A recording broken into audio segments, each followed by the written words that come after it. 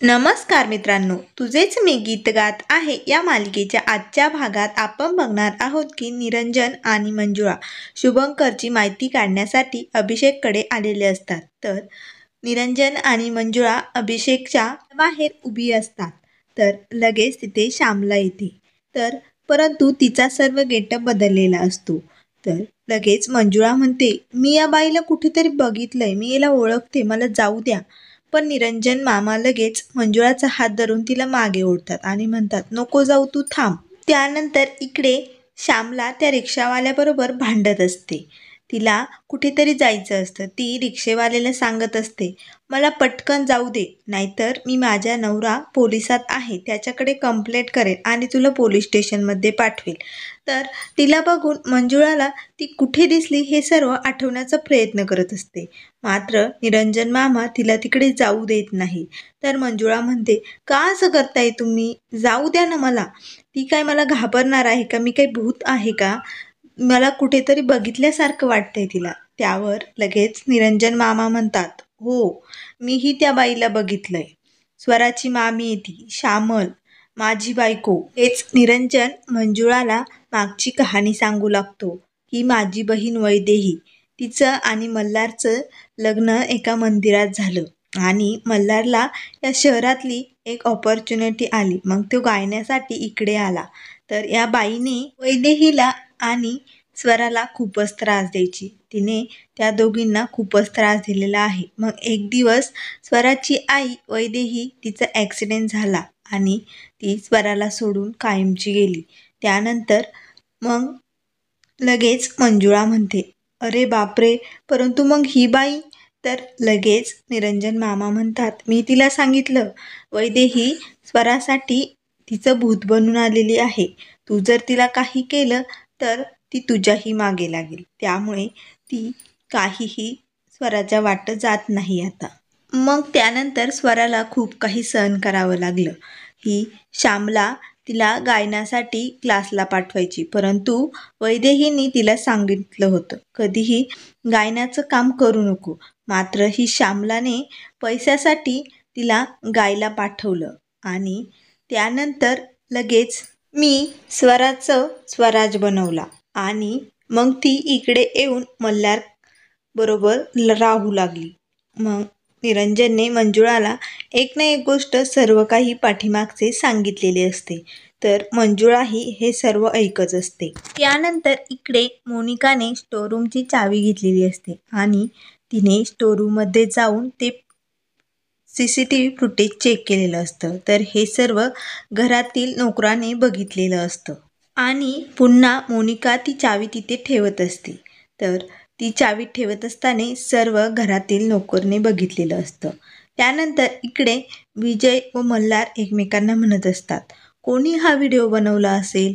त्यावर मल्हार म्हणतो, जो कोणी असेल तो माझा शुभचिंतकच असेल आणि त्याने मला सोडवण्यासाठीच हे सर्व केलेलं आहे. विजय आणि मल्हार दोघांचंही बोलणं चालू असतं. तेवढ्यात स्वराही तिथे आलेली असते.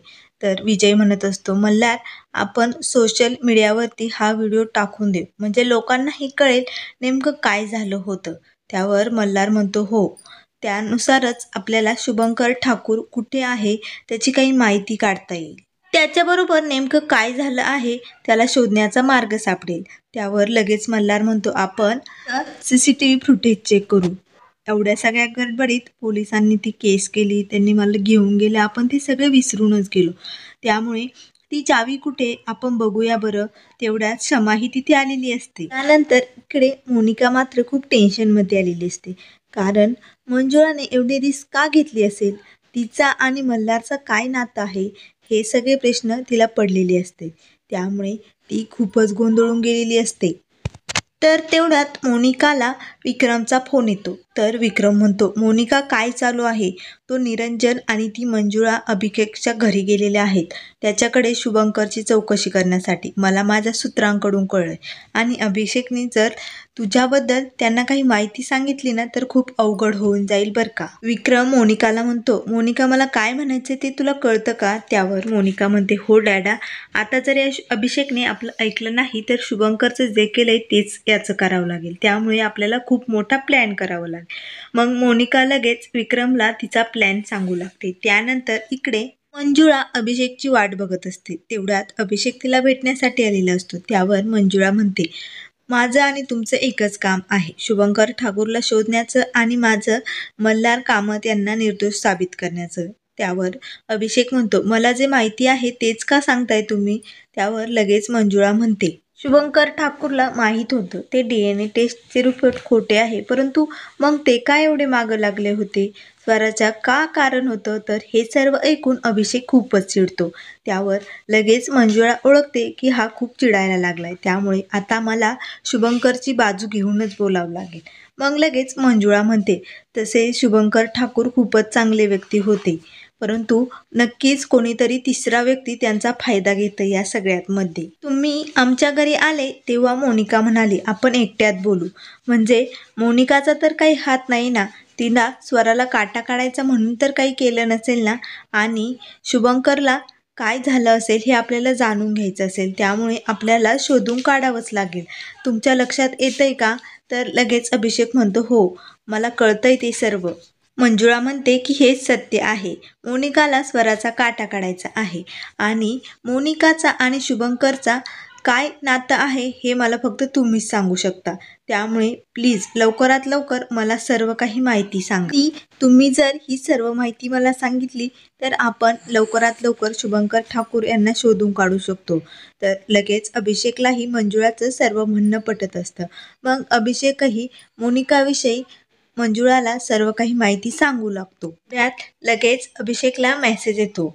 तर मोनिकाने प्लॅन सुरू केलेला असतो. मोनिकाने शुभंकरच्या मोबाईलवरून अभिषेकला मेसेज केलेला असतो की मी जिवंत आहे, परंतु ही बातमी तू कुणालाही सांगू नको, मी एकदम व्यवस्थित आहे. तर लगेच अभिषेक बोलणं थांबवतो आणि म्हणतो, मला काहीच माहीत नाही, जे माहीत होतं ते मी पोलिसांना सांगितले. त्यानंतर इकडे मल्हार, विजय, स्वरा सर्वजण स्टोरूममध्ये जाऊन CCTV फुटेज चेक करत असतात. मात्र त्यांना तिथे जाऊन खूप मोठा धक्का बसतो, कारण आधीच कोणीतरी CCTV फुटेज तिथून काढून नेलेलं असतं. त्यावर लगेच मल्हार तिथल्या सर्वेंटला विचारतो, तर त्या सांगतात मागच्या 4 दिवसात कोणी नव्हतं आलं, पण थोड्या वेळापूर्वी मोनिका मॅडम आल्या होत्या.